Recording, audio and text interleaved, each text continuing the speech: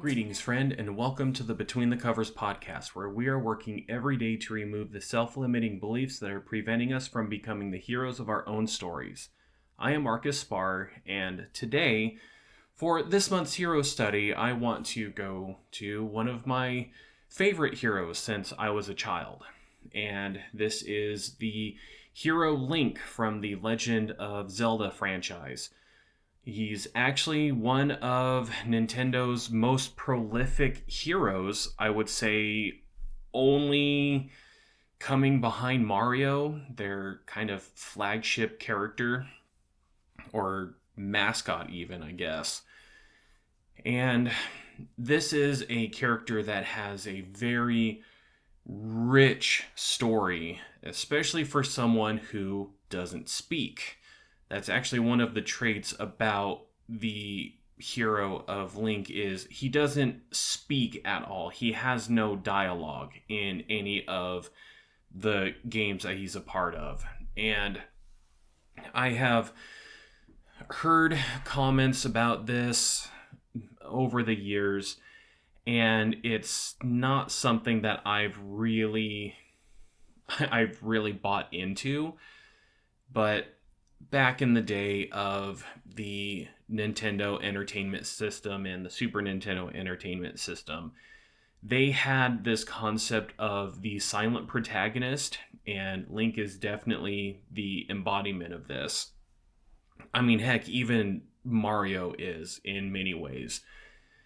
That they chose to make the heroes not have dialogue so that it was easier for the people playing the game to actually put themselves in these heroes' shoes.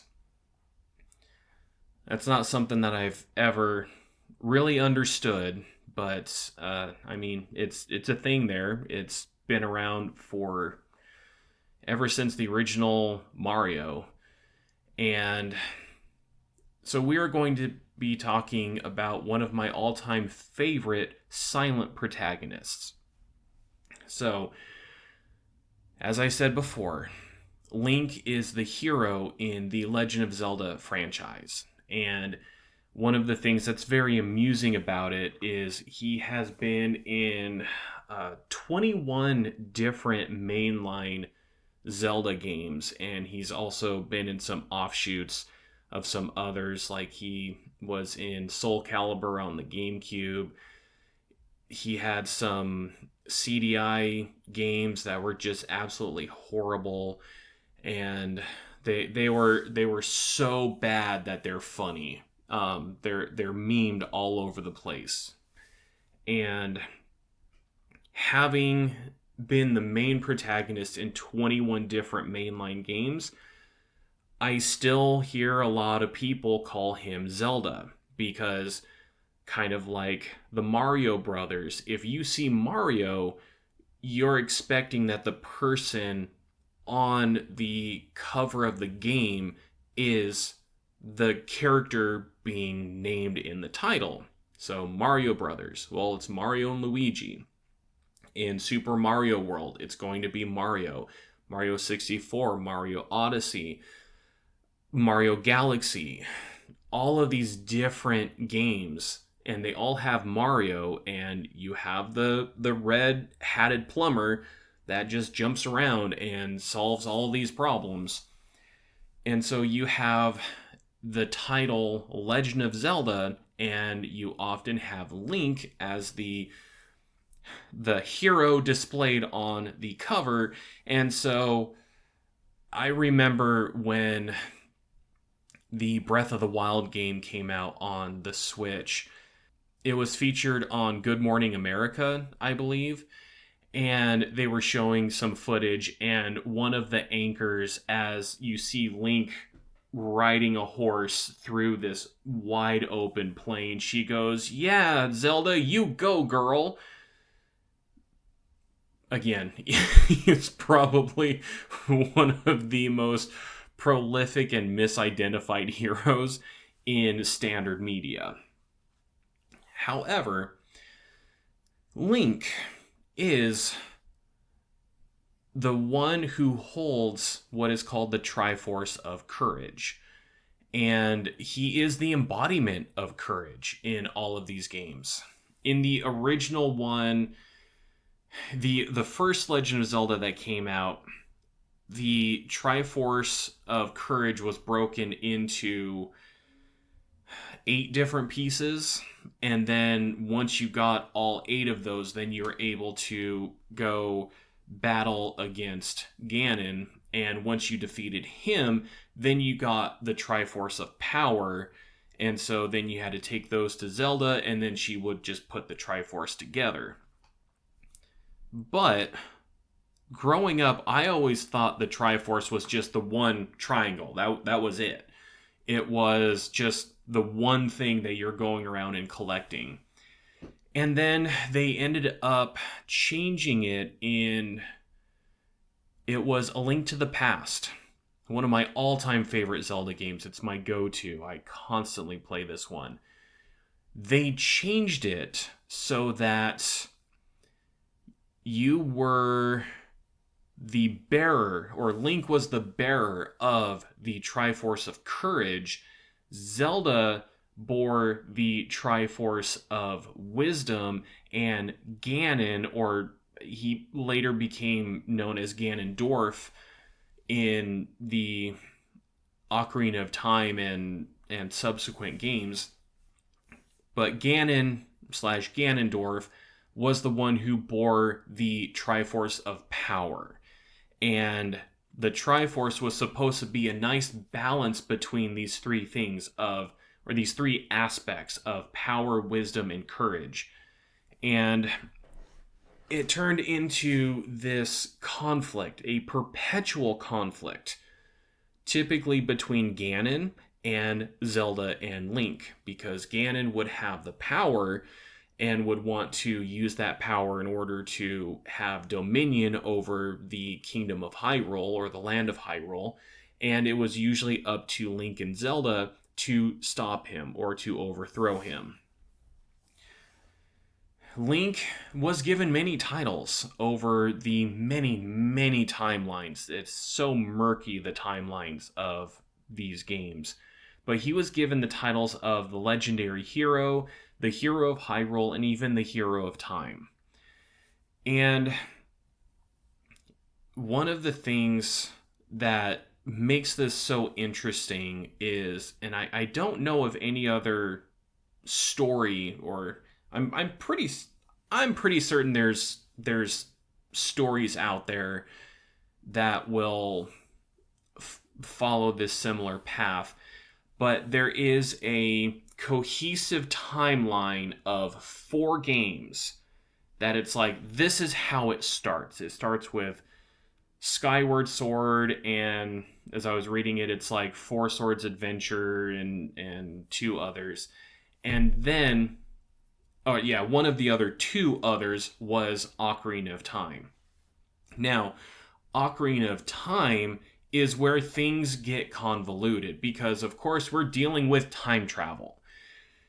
And in this game, it can branch into 3 different timelines. You have, this was actually the first one where the Ocarina of Time was the first game that had Link at 2 different ages. Now, he's the embodiment of courage here. And he has been as young as 9 or 10 years old, and as old as 16 or 17 years old. And whether he is this, pre-tween, or if he is a later teenager, he has constantly gone out and done what needs to be done, and has fought sometimes impossible powers and has overcome them. Sometimes. Again, there are 3 different timelines that can occur from Ocarina of Time. You either beat Ganon, and Princess Zelda sends Link back into the past, and then he tells the child version of himself, talks with the child version of Zelda and explains everything that's going to happen, and they prevent Ganondorf from even getting into the position of authority that he was striving for. Or you can beat Ganon, and then he still becomes the hero of this said timeline.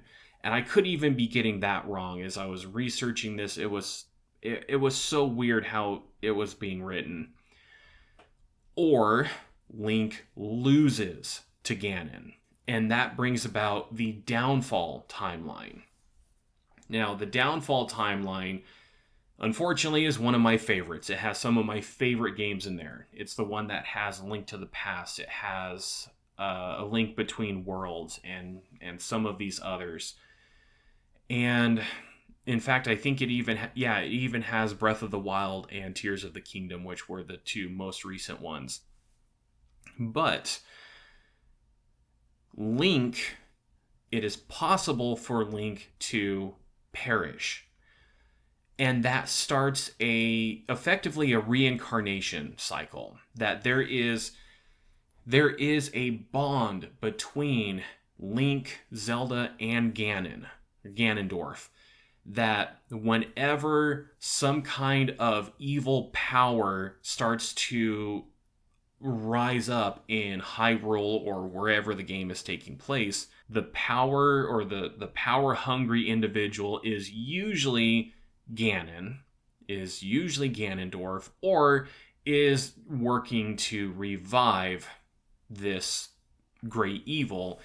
And it always brings about the reincarnation of Link and Zelda. So one of the things that's interesting about the character of Link, and as I was jotting down some notes on this, it's actually the same as Mario in many different ways. But one of the things that is so unique about these characters of Mario and Link is that a step that's in the hero's journey is the refusal of the call. These two characters, and Link very much is in this boat, does not refuse the call. I can't think of a single instance where he has refused the call. With the exception of like the really poorly done 90s TV show. that was probably, oh man. Oh, it's hard for me to say whether that Link or the Link from the CDIs was like the worst examples of Link as a hero. But typically, Link does not refuse the call. He is given this pivotal moment where he's going to make a decision, and his courage tells him, do something. Try and intervene. Try and stop whatever's happening. If you're unable to do that, then you go on this grand adventure in order to rescue someone, in order to stop the evil, in order to bring about peace and balance back into Hyrule.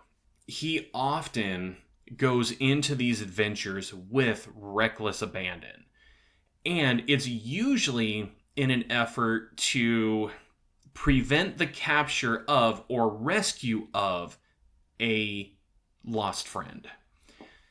And some of these examples are his fairy companion from Ocarina of Time goes missing. And so he goes on an adventure that brings him into the game Majora's Mask, all in an effort to try and find his friend Navi. Princess Zelda in A Link to the Past, Minish Cap, Skyward Sword, Breath of the Wild, Tears of the Kingdom, and Echoes of Wisdom. You will notice a trend here. Zelda is often the reason why Link does what he does. He is oftentimes trying to help her, trying to rescue her. And like with the latest one, Echoes of Wisdom, he starts to do, or it goes on the typical hero's journey, I guess. I haven't played this. It's a game I'm supposed to play with Brandon at some point.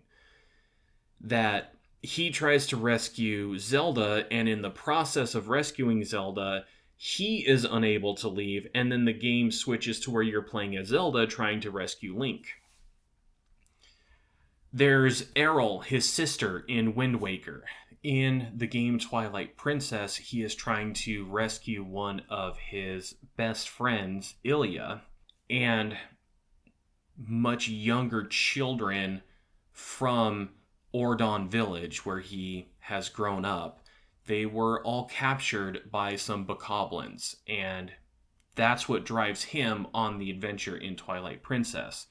And then there's even Tetra trying to rescue her from the Phantom Hourglass. And not only does he have this, we could even call it stalwart courage, and just this notion that he can't refuse the call. He just has to go. The courage drives him to do that. He also has so many people that are helping him along the way. Again, a big thing of the hero's journey is it's usually a mentor, or there is a mentor that is helping the hero get to where they need to be. And Link is no different. In A Link to the Past, it's his uncle. His uncle is a royal knight, or a knight of Hylia, or Hylian knight. I forget exactly what it's called. But his uncle was trying to go rescue Zelda, and he fails to do so. So Link takes up that mantle. Well, he learned how to fight from his uncle. His uncle was his mentor. In Twilight Princess, there's Russell, who teaches him how to handle a sword. In a lot of these, Link just doesn't have a mentor in swordsmanship. That was something that they started adding on later. He just had a natural gift for it. But in Twilight Princess, it's Russell who mentors him in swordsmanship. And then it's even an earlier incarnation, the Link from Ocarina of Time and Majora's Mask is not recognized for being the hero of these two different worlds of Hyrule and Termina. And that kind of makes him turn into a bit of a lost soul. And in Twilight Princess, he becomes the old hero, and he teaches Link, I think it's 6 or 7 different skills that he had learned, and so he was able to pass on his knowledge to a different version of himself. And once he was able to pass on that knowledge, then he's like, okay, I'm good. I am good to go now. And then in Wind Waker, it's Orca, who was a master swordsman, teaches Link how to handle the sword, even though in his later age, Orca was just using a spear. But he has had people that have pushed him to be the person that he needs to be. And he has also not done any of this alone.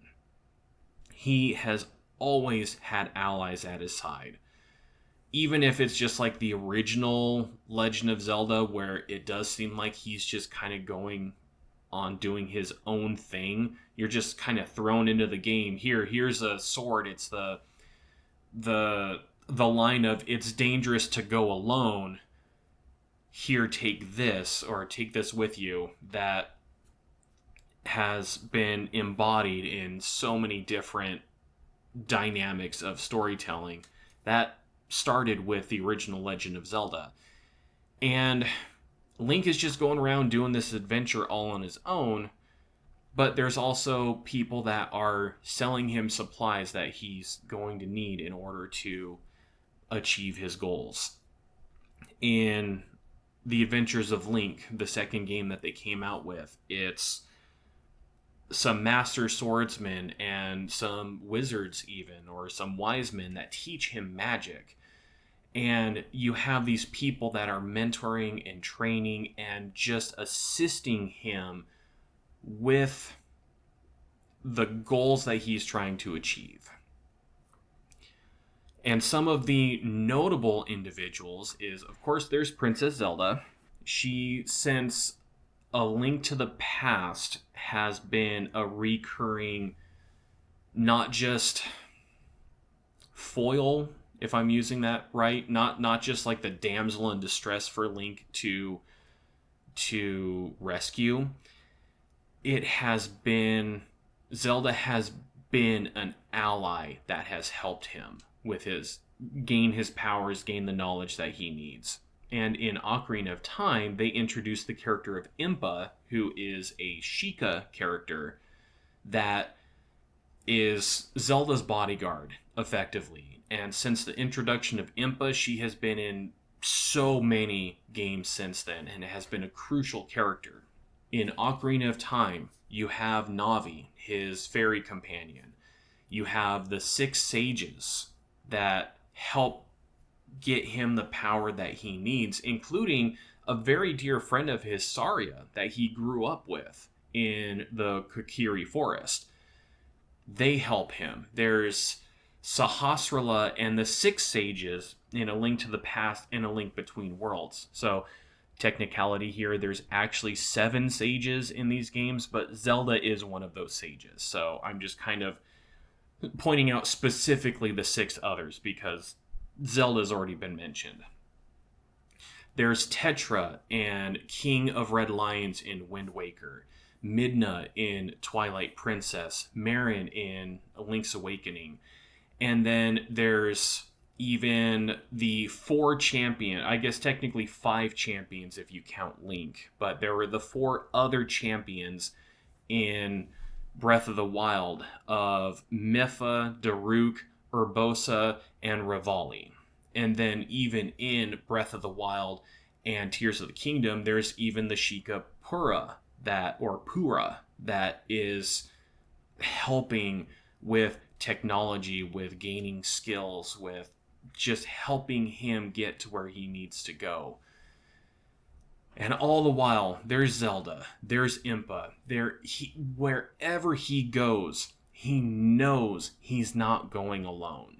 Even if he's the one who is using the courage to climb Death Mountain in order to battle against Ganon, or he's the one who is having to go into a now corrupted Hyrule Castle to take on all of the minions of Ganondorf, I guess. Again, they're interchangeable. He knows that he has so many allies behind him. He knows that there are so many people helping him. I mean, in Skyward Sword, it was Fi. Or I guess some people called her Fi. I always called her Fi. And that isn't to say that as a gamer, some of these characters were not annoying as hell. There is, when they remade Ocarina of Time on the 3DS, of course, Legend of Zelda fans went out and bought it. Hell, we even have a copy of it. But there is this very amusing comic of someone being like, wow, Ocarina of Time, I haven't played this since the Nintendo 64. It'll be so great to go back and relive this experience. And the character of Navi constantly is, hey, listen, hey, listen. And it's just so obnoxious how often she's constantly chiming in. But in the comic, the gamer just goes into a wild rage and just effectively becomes a kaiju and is just terrorizing the town. And people in the news is like, we don't know how this happened. And Fi was, in Skyward Sword, she was an ally, and she was also one of the most annoying people because she kept breaking up gameplay, kept being like, hey, you got to do this, what about this, and go over here. And the games have definitely become more complex over time. I get that. But yeah, I guess that's a good reminder for me that sometimes even the allies that you have are not people that are absolutely going to jive with you, so to speak. Some of them may rub you the wrong way. We can just say that. And on all of these adventures, Link is constantly utilizing different tools and weapons to help him. He usually starts out with just like a standard sword. It's the fighter sword in A Link to the Past. It's the wood sword in the original Legend of Zelda, and even Twilight Princess, he has a wooden sword. And these get progressively stronger. Ultimately, what Link needs to have in order to seal Ganon, and that's actually, now that I think about it, that's actually one of the things that's really big about this storyline, is they typically don't destroy Ganon, they only can seal him, and they seal him away effectively for a generation, and then he's going to come back. But by this point, there is a new Zelda and a new Link that are there to meet him. But he needs the Sword of Evil's Bane, also known as the Master Sword. And this is one of the most iconic. In fact, I even have a letter opener of the Master Sword here, just constantly as a little reminder here on my desk. He needs this weapon in order to seal Ganon away. And not only that, he also needs to have the powers that Zelda provides with the magic of light that she has. In order to take down evil, he is utilizing so many tools and weapons. Not just his standard sword and shield, but he's also using magical medallions and rods to explosives, bows and arrows, slingshots, and musical instruments to advanced technology like hook shots, spinners that can rotate entire rooms, and boots that allow him to hover for a short period. One of the things that is very common in these games is you are adventuring as Link. You go into a dungeon and you receive the dungeon item. And that item is used specifically to do something against the boss of that dungeon. And it even brings me a little bit of shame here that, considering A Link to the Past is one of my all-time favorite games, when I was playing it as a young kid, I learned from my eldest brother that there is this big helmosaur thing. It's a big tailed little quadruped lizard that has this big mask over its face, and you can't damage it until that mask is destroyed and you can hit this gem that's in its forehead. So we, being the young kids that we were at the time, were too afraid to get up close to this thing. When we went up with our sword, it just went ting, and it did nothing. And so it's like, oh, we have to remove the helmet. Well, we're just going to throw bombs at it. And it's an effective strategy. I will say it does work. And it wasn't until 2020, so just 6 years ago, that I learned, while I was playing and learning how to play the A Link to the Past randomizer, that the magic hammer that you receive in this dungeon, in the Palace of Darkness, is the weapon that you can use to break the helmet or the mask off of this final boss. I felt a little bit ashamed when I finally discovered that, because I always relied on the bombs.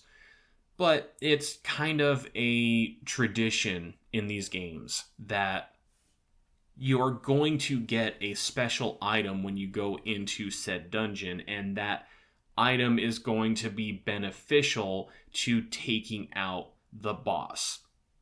In fact, oh my gosh, just recognizing, oh man, in Ocarina of Time, they do the same thing. There is, in the Fire Temple, the final boss is this Chinese dragon that, once again, has like this very solid mask on its head.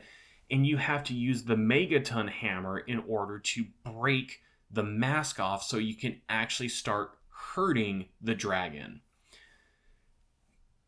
That was something that I learned to do in that game, and I never equated it to A Link to the Past. Oh well. It is what it is at this point. I eventually learned. I guess that's the key takeaway. I did eventually learn. Yet, as we take a look at this character of Link, who, again, as the silent protagonist, is supposed to be a character that we can easily see ourselves in, I find that pretty important.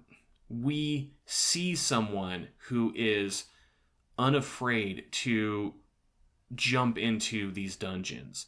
He's unafraid to grab whatever weapon is nearby in order to stop some injustice from happening, some kind of kidnapping or someone using this dark power in order to ruin the lives of other people. Having someone like this who embodies just courage in general, something that many of us need today. With everything that is going on in the world today, it is important that we have courage. Now, that doesn't mean that we all should go in blindly like Link does. Again, it makes for a good story in Link's case, but having that embodiment of courage, that we all can embody that courage. We all can have those mentors, we can have those allies, we can find those tools in order to accomplish the task that we have set before us. That feels very important to me. I believe that is a shining example of what we need, even if we're looking at very old stories. The courage to stand up to awful powers, to stand up to darkness, to stand up to authoritarianism. That's something that we need. That is something that we all can embody. And it is shown beautifully in the character of Link. There is a reason why Link is one of my favorite heroes. He shows so much of what a hero can look like. Battling against the unknown. In Skyward Sword, he goes on this adventure effectively to rescue Princess Zelda, who's sucked into some kind of weird storm and brought down to the earth, because in Skyward Sword you are on floating islands called Skyloft. And so he goes down to the main world, where this incredible power that was giving him nightmares was going to be released. And he still goes and faces this thing. I forget what it's called now. I haven't played the game in a while, and this is totally off the cuff. I didn't actually research any of this. But this was an enemy that, in order to harm it, it had this spike on its head that you had to knock back in order to seal it away. And this thing, eventually it does become Ganon, but this thing, you had to strike its toes in order for it to fall down so you could hit its head. Link was only as tall as this thing's feet. And he still goes, and he's like, I'm going to do this. Even when it seems like it is an overwhelming odd, Link had the courage to go do it. I find that very important. That's the kind of hero that I want.